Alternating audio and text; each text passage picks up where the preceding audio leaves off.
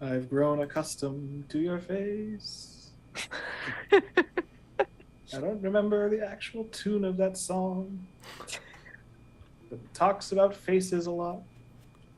And I'm pretty sure it's from My Fair Lady. Hi, everybody. Welcome to the next episode of Paleontologists Rank the Dinosaur Designs of Jurassic World Evolution 2. This week is another misnomer because the animal on screen right now is yet again not a dinosaur. And we're going to talk more about it soon. But first, for any new viewers, I think we should briefly introduce ourselves. I am, as always, James Napoli, a postdoctoral researcher at North Carolina State University and the North Carolina Museum of Natural Sciences. My name is Amelia Zietlow. I'm a PhD candidate at the American Museum of Natural History. I am, only during the hours of 9 to 5 and on weekdays, Scott Johnston, the vertebrate paleontology fossil preparator and technician at the Harvard University Museum of Comparative Zoology. I am Alex Rubenstahl, a PhD candidate at Yale University. I am, for the first time, Dalton Meyer, also a PhD candidate at Yale University. And sharply dressed. Indeed, I've come back from a function. Dalton is... And together. Together. We're the skeleton crew. We're the Yes, skeleton we crew. are. Dalton, you lead today because you're the most sharply dressed man. Oh, Oh, my brother suggested that we open episodes with a rap. No. Have you We write a rap for the skeleton crew. Can you perform it? well, my name is Dalton, and I'm here to say No. that the amenity coverage is low in a major way. I don't care. Before we get started with today's episode, just another reminder that it is prohibited by federal law for you to watch our videos without liking the video and subscribing to our channel and clicking the little bell so that you get notified anytime we upload a video. With that stated, Dalton, why don't you Welcome. show us the pond of a Welcome large to pond here? Our exciting zoo. Here it is. That's it, folks. They're in I there. give the water in this game like a C. It could be a little bit better. It's not wet enough. Well, let's get right into it. Avatar: The Way of Water. We're wet, folks. And today we're looking at Attenborosaurus. Ooh. And spoiler alert, this is a gorgeous design. Yeah, this is... Yeah, we like this one. This might be one of my favorite animals in the entire game. I Yeah. just love it. Yeah. It's a positive vibe today.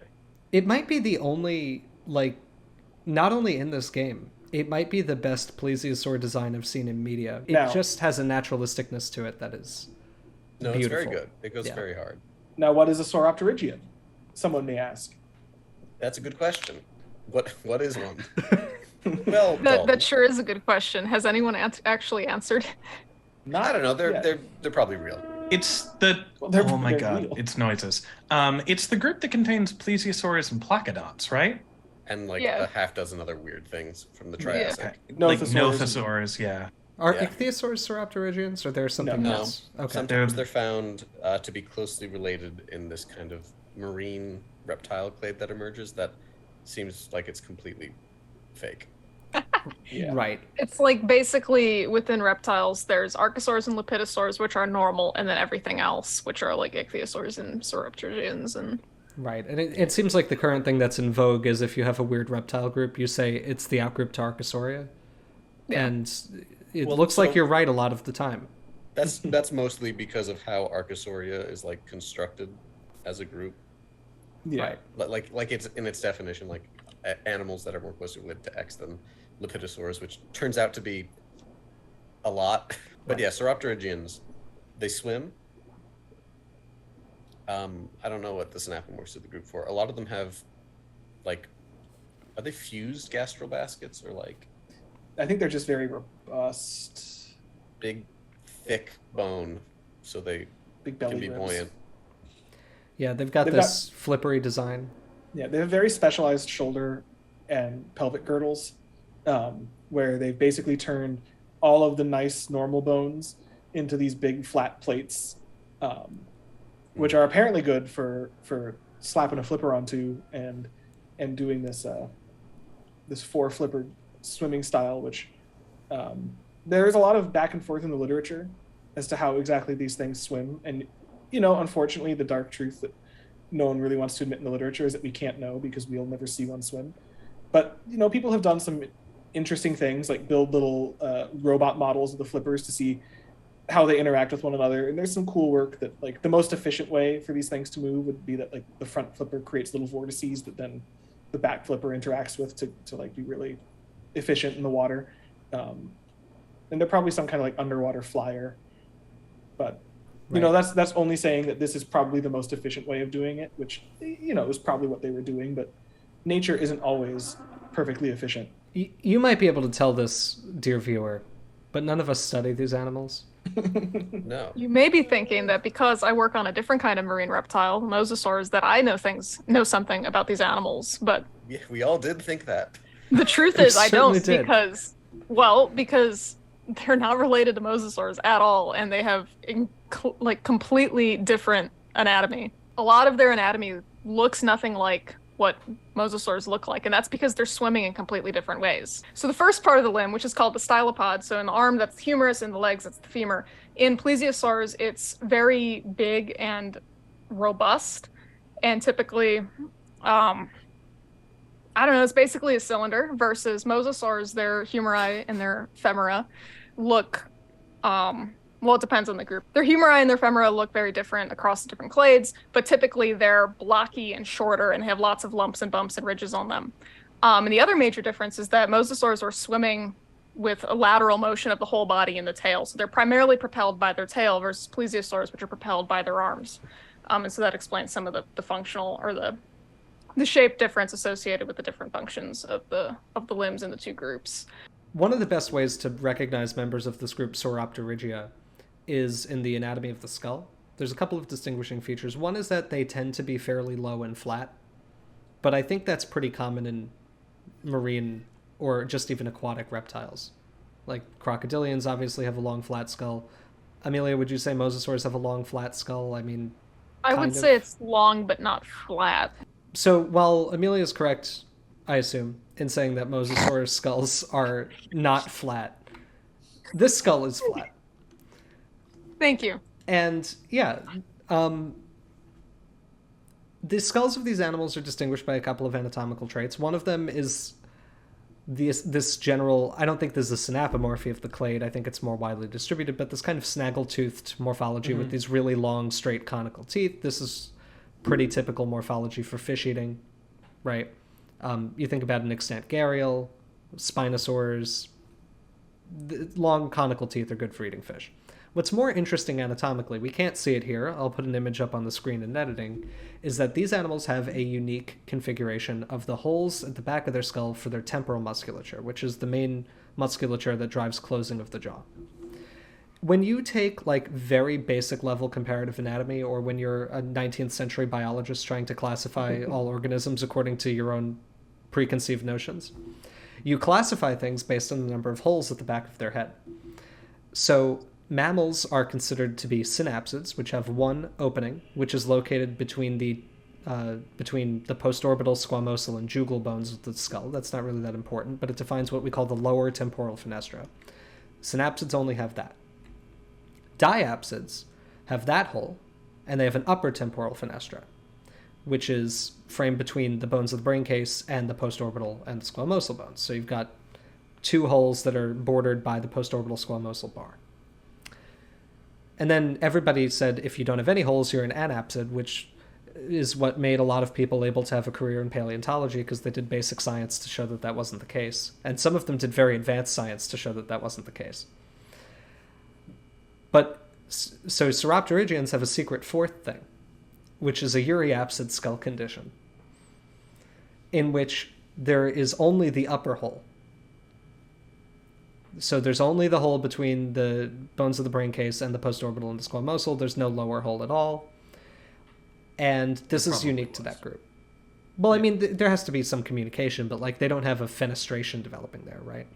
No, I'm saying at some point in the group's ancestry there probably was. Yes. Right. So they're they diapsids. Right. Well, right, exactly. Unless the diapsid skull condition, well, yeah, I mean, that's probably that's I probably need to Spoiler ask alert. a stupid question. Or not a Yes. stupid question, but that is what Squamates do, because they only have the top hole. Yes, because they lose the connection. backward bar. Right, but it is. I think it's considered to be that they still have they have an open lower temporal fenestra, but the fenestra itself developmentally exists. I think the idea with Euryapsids is that they don't have that at all.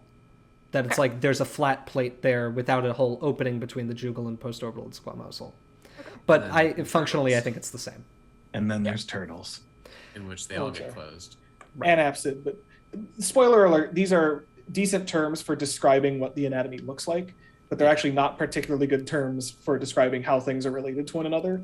Right. Because shockingly, if holes can open, holes can also close, and they can open and close in different sequences across a lineage via evolution. So when evolution closes a hole, it opens a foramen.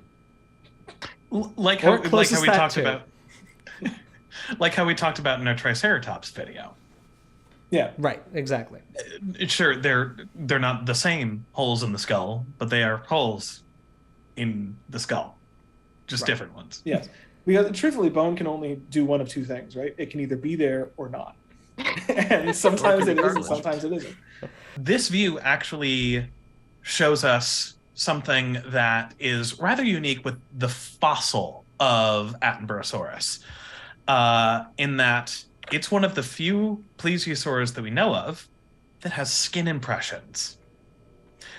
And unfortunately, I will say this is probably the only bad thing I'm going to say about this model for the entirety of this video, or that anyone will say about this model, period. I'm speaking for the whole group here.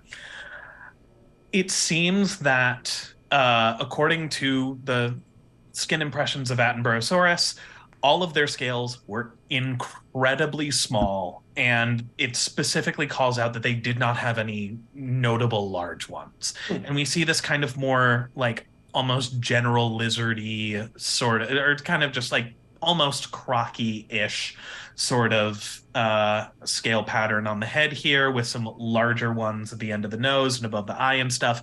It seems, from what we know about plesiosaur skin, what incredibly little we know about plesiosaur skin, probably they were almost uniformly covered in those tiny, tiny, tiny little scales that you see kind of at the back of the lower jaw down there.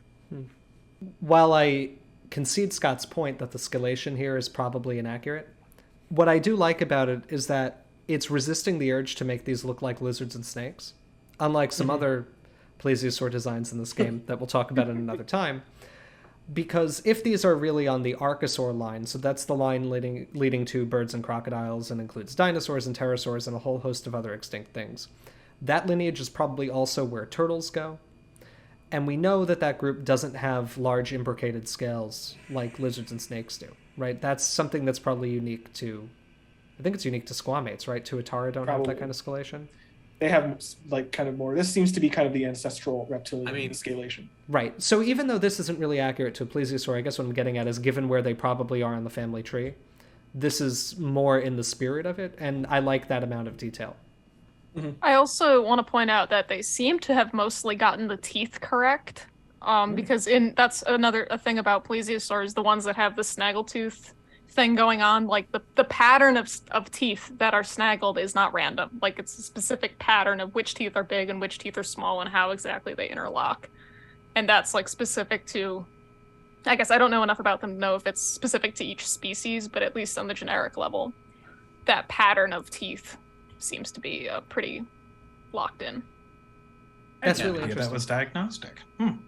We've mentioned a few times that it's thought sauropterygians are more closely related to archosaurs. That's not known for certain. We should just throw that out there. Yeah, and so definitely diapsid reptiles, but even if they are more closely related to archosaurs than they are to lizards, they aren't very close, like particularly closely related. I think turtles end up closer than sauropterygians. Well, depending on the tree. Sometimes people find these as like sister to turtles. Which like I don't think is correct. Yeah. I mean, at least superficially, I see how they could possibly get that. Like, we were talking about their swimming pattern earlier, and kinda swim like sea turtles, except sea turtles essentially are entirely forelimb driven and their hind limbs just kind of like float there. So, like, sauropterygians make turtles about 3 separate times, right? So placodonts converge on turtles, Helvictosaurs converge on turtles, and I think there's one other, the Sauropterygians. Sauropterygians converge on turtles, and for whatever reason, and I don't know the answer, and this seems like an interesting question that someone could investigate. The Middle Triassic was the era of making a turtle, because it seems that multiple lineages were producing like marine turtle-like organisms, including turtles. Maybe it was like a marine arms race kind of thing in a very like traditional evolutionary sense, one that I don't really believe, but it is weird that we seem to have all these what are very turtle-y forms, and I think that's probably why these two clades sometimes end up close to each other. So we've discussed kind of the uncertainty in regards to phylogenetic position with sauropterygians and all sorts of fun non-lepidosauр, non-archosaur, or non-clearly archosaur reptiles, but we do know where Attenborosaurus goes within Sauropterygia, within that big group. And I'm going to do a very short history of life before we get into that. But basically, there's the big dying at the end of the Permian. Everything's dead. But there was probably some early ancestor of Sauropterygians that was alive prior to that. There are some proposed groups, it doesn't really matter what, but something small and swimmy. And as the Triassic goes, it explodes. So in the early and middle Triassic, we have these incredible, diverse Sauropterygians, things that look like turtles, like we were talking about, things that look like kind of monitor lizards that were swimming around, nothosaurs, and then bizarre things like the thalattosaurs, which were marine grazers that had like shovel-shaped faces. Real wacky guys. But the end of the Triassic comes around, almost all of them die except for the plesiosaurs. And these are your classic long-necked, well, we'll get into that, long-necked fish-eating marine reptiles, and not totally marine. Some of them will evolve to go live in freshwater upstreams and stuff, which is pretty cool. Within plesiosaurs, there's kind of this classic division. There are the pliosaurs, which are generally characterized by having a short neck with a really long head. And then there are the plesiosaurs, which have long necks and small heads. And it's so great we got Attenborosaurus first, because now I can immediately say that this has multiple exceptions and is only a rule in the most general sense, because Attenborosaurus is a pliosaur, so more closely related to things like Liopleurodon and Kronosaurus, these big predators that'll come on later, but it has a long neck and a short head, and this is pretty characteristic of early members of pliosaurs, which tend to be longer and more kind of classical plesiosaur looking, in that they have a long neck. Alternatively, the switcheroo also happens in plesiosaurs, and some plesiosaur groups will evolve short necks and long heads as well. I think Dolichoryncops, what group is that from? Polycotylid. Yeah. Polycotylids. Okay, yeah. So if I got that wrong, my supervisor would be mad at me. This is one of their master's thesis on it. Yeah. So Attenborosaurus is one of the early long-necked pliosaurs, which is interesting because it was originally assigned to Plesiosaurus. It does look somewhat like Plesiosaurus. It has that long neck, that little head, and I mean I think that the ultimate story is that at the split, the origin of plesiosaurids and pliosaurs, this is the body plan of long neck, short head, and pliosaurs shorten the neck kind of first, and then plesiosaurs follow and also shorten the neck. But I don't know of any Jurassic short neck plesiosaurs. Kind of the ancestral stock that these are evolving out of looks more like a plesiosaur. There are these Triassic ones, pistosaurs, and all these things that look a lot like plesiosaurs but are a little different. And that group itself is believed to kind of have evolved out of a group closely related to nothosaurs and things, which have very clear hands and feet and don't look as much like something so fit for the sea. one of my favorite details about all of this is that because there's a lot of mosaic, or not mosaic evolution, but a lot of reversals. All evolution mosaic. Yeah, right. So both groups, pliosaurs and plesiosaurids, are at times shortening the neck, elongating the head. Polycotyledon plesiosaurs are short-necked, long-necked marine reptiles. But recently there was a species described that's a long-necked polycotyledon, which means it can be realistically described as a long-necked, short-necked, long-necked marine reptile. And I think that that's very fun. That is very Oh, fun. I hate that. Right. This is the danger you can do in the sea. Exactly. This is the danger with using very, very general body plan things as synapomorphies for clades, because at some point something has to be the ancestral body plan, and everything will be optimized from there, and everything will be evolved upon from there. So the general distinction is something that kind of I always see as like a relic of old 19th century biology, where things were typically dichotomized like that. And those dichotomies don't really reflect real evolutionary groups that much, as we can see by the presence of long-necked plesiosaur-like pliosaurs. One thing that I like about this design a lot for Attenborosaurus is that, and they did this for the other sauropterygians too, but it's the most obvious on this one, I think, is they gave it this little tail. I hesitate to call it a fluke, a fin, a finlet, I don't know, this little tail triangle, this little prongy.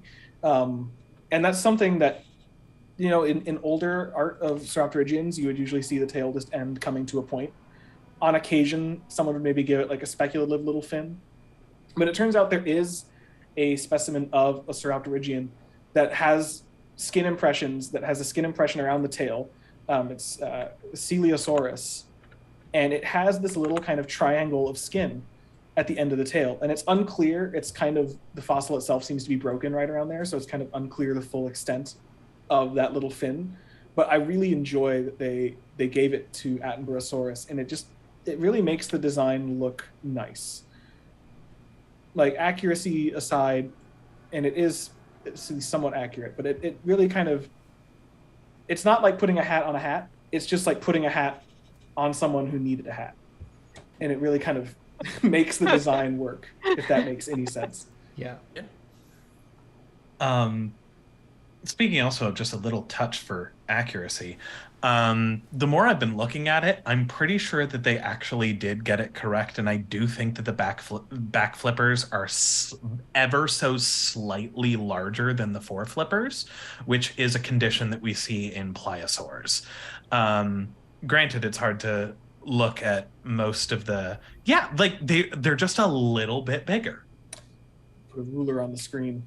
There we go. Okay, this one is, the front is 41 millimeters. The back is like 48. Alrighty. There we go. That's a fun little attention to detail thing there. That they didn't need to do it, but they did, and we appreciate it. All right, what's the surprise?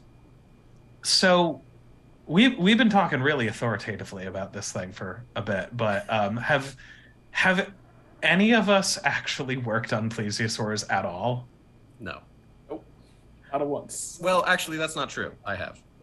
Oh, pallets? They're pallets. Yeah, there you go. Which are cool because the pterygoids form a shelf underneath the brain case. The brain case is not exposed ventrally. Oh, no. Yeah, nothosaurs do that. They gotta hide it. Plesiosaurs do it. You know what else does it? Turtles? Yeah, there's some weird turtle stuff in there. Scott, I sense you were trying to segue. Yes. Yep, attempting to. So that would make me the only person here who's actually worked on plesiosaurs in some respect, besides Alex with your looking at pallets. But I've actually worked on a plesiosaur that is very similar to Attenborosaurus last year. It's another southern UK early Jurassic plesiosaur. It's from like 10 million years more recent, but Hophisaurus, or the one that we have here, it's still labeled as its old Jesus in species, Plesiosaurus longirostris. And it So as you can tell by the name, it has a longerostris. It has a long nose. Although it's kind of hard to tell on ours because ours is pyrite decayed to all hell. And so it's kind of funny. So I've been very up close and personal with these guys for a while because we had I'll keep it short, but we had a crazy story where we got contacted by the Houston Museum about how, hey, we have this holotype of a plesiosaur that's in this awful plaster and wood display mount. Turns out it's yours. We're moving things around and it's huge and we don't really have space for it anymore. Would you guys like it back? We'll FedEx it to you. And then that instigated me and my supervisor, Christina, walking around the entirety of the science campus with a ruler to see if there was absolutely any door on campus that would be large enough to fit an 18-foot long, 8-foot wide plesiosaur mount inside. And turns out that the only place was the loading dock. So in the middle of December, we brought this thing in the loading dock and we had to get it in our building so I could, in the prep lab, remove all the fossils from it because it's a holotype, and turns out our freight elevator was too small as well, so I actually had to use a sawzall to cut this thing into 5 chunks.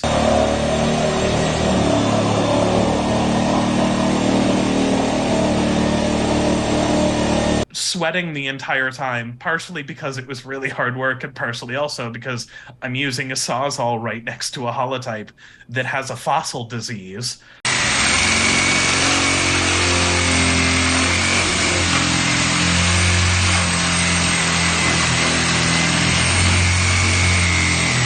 Yeah, so a good 2/5 of this thing, or an animal that looks relatively similar to this thing, is sitting in my prep lab right now.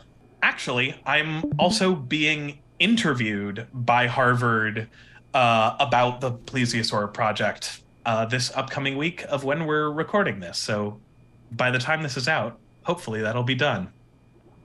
Cool. As Alex leaves. I love watching Alex him isn't on looking forward to Dalton's seeing camera. I held out as long as I can. Just seeing him charging through the dark doorway. Quick, Scott's talking about his accomplishments. He's off into he's outta getting here. skinamarinked. He's out in the dark. Isn't it Skinamarunk? He's been that's the past active or whatever. I don't know grammar. You've been skinamarunked. Didn't you need to get fitted for a respirator for this process? Oh, And no, didn't- don't do this to me. Don't Didn't you need do to this. shave your beard? Oh, fuck, is that true? I It did, is true. yes. Have you Um, not seen it? Oh, I have pictures. I don't want to embarrass him, no. but absolutely show me. I'm not gonna show you now. I'm gonna show it on screen when I edit the video. I'm the Just a only bit of banter. person I know who looks older when they're clean shaven. I age like 5 to 10 years. It's true. weird. Yeah, it's not a good picture of you. I've grown accustomed to your face. I don't remember the actual tune of that song, but it talks about faces a lot, and I'm pretty sure it's from My Fair Lady. That's a fair lady. This one that you have here, I like. This is a Fair Lady. I like the Yeah. light. Oh, All right, it's just can we not bad. rank it? Shall we Yes. see some come out into the world? Yeah. Yes. And then go to the species viewer? This is Release an important them. part. I wish there were more lagoons in the game like this. Yes. This is like nice and serene and placid. Oh, you're missing them surface. Can you see it? We see them from below.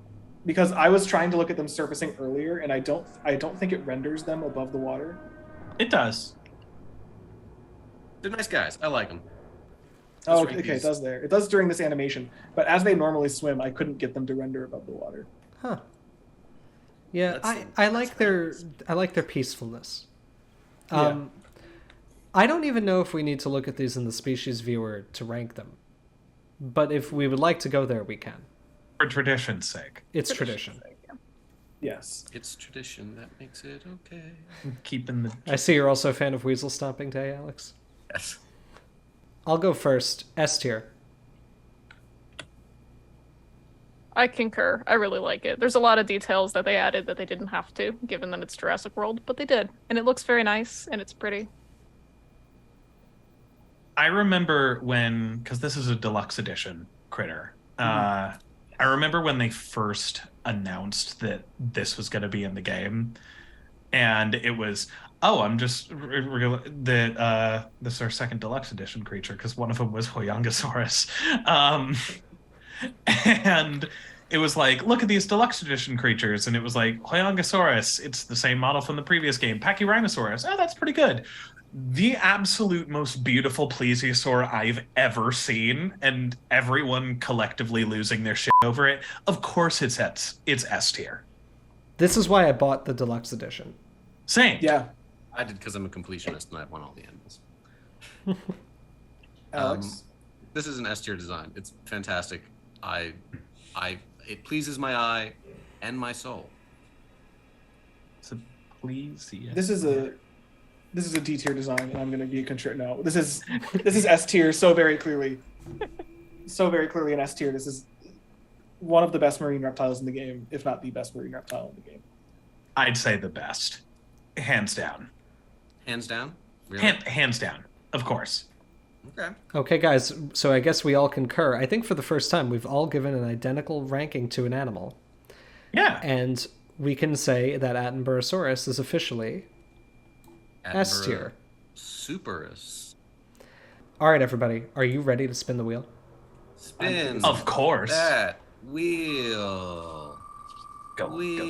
Come on. Go. Round it goes. What's it gonna be? Chinkingosaurus. Diplodocus. Is that our first Diplodocus. sauropod? That's our first sauropod. That's a good one. All right. All All right, well, everybody, thank you for watching this video. Tune in next week for our first sauropod that we'll be featuring on the channel. I'm sure we'll have a lot to say about Diplodocus. A final reminder that it is federally prohibited for you to not like and subscribe, so please do that to make sure that you and your families will be okay. Remember that we have a Redbubble page, and that if you want to buy merchandise with an Attenborosaurus skull on it, or the skull of any animal we featured in the series, you can go purchase it there. Courtesy of Amelia, who's been doing a great job pumping out Redbubble designs. So go and justify her efforts.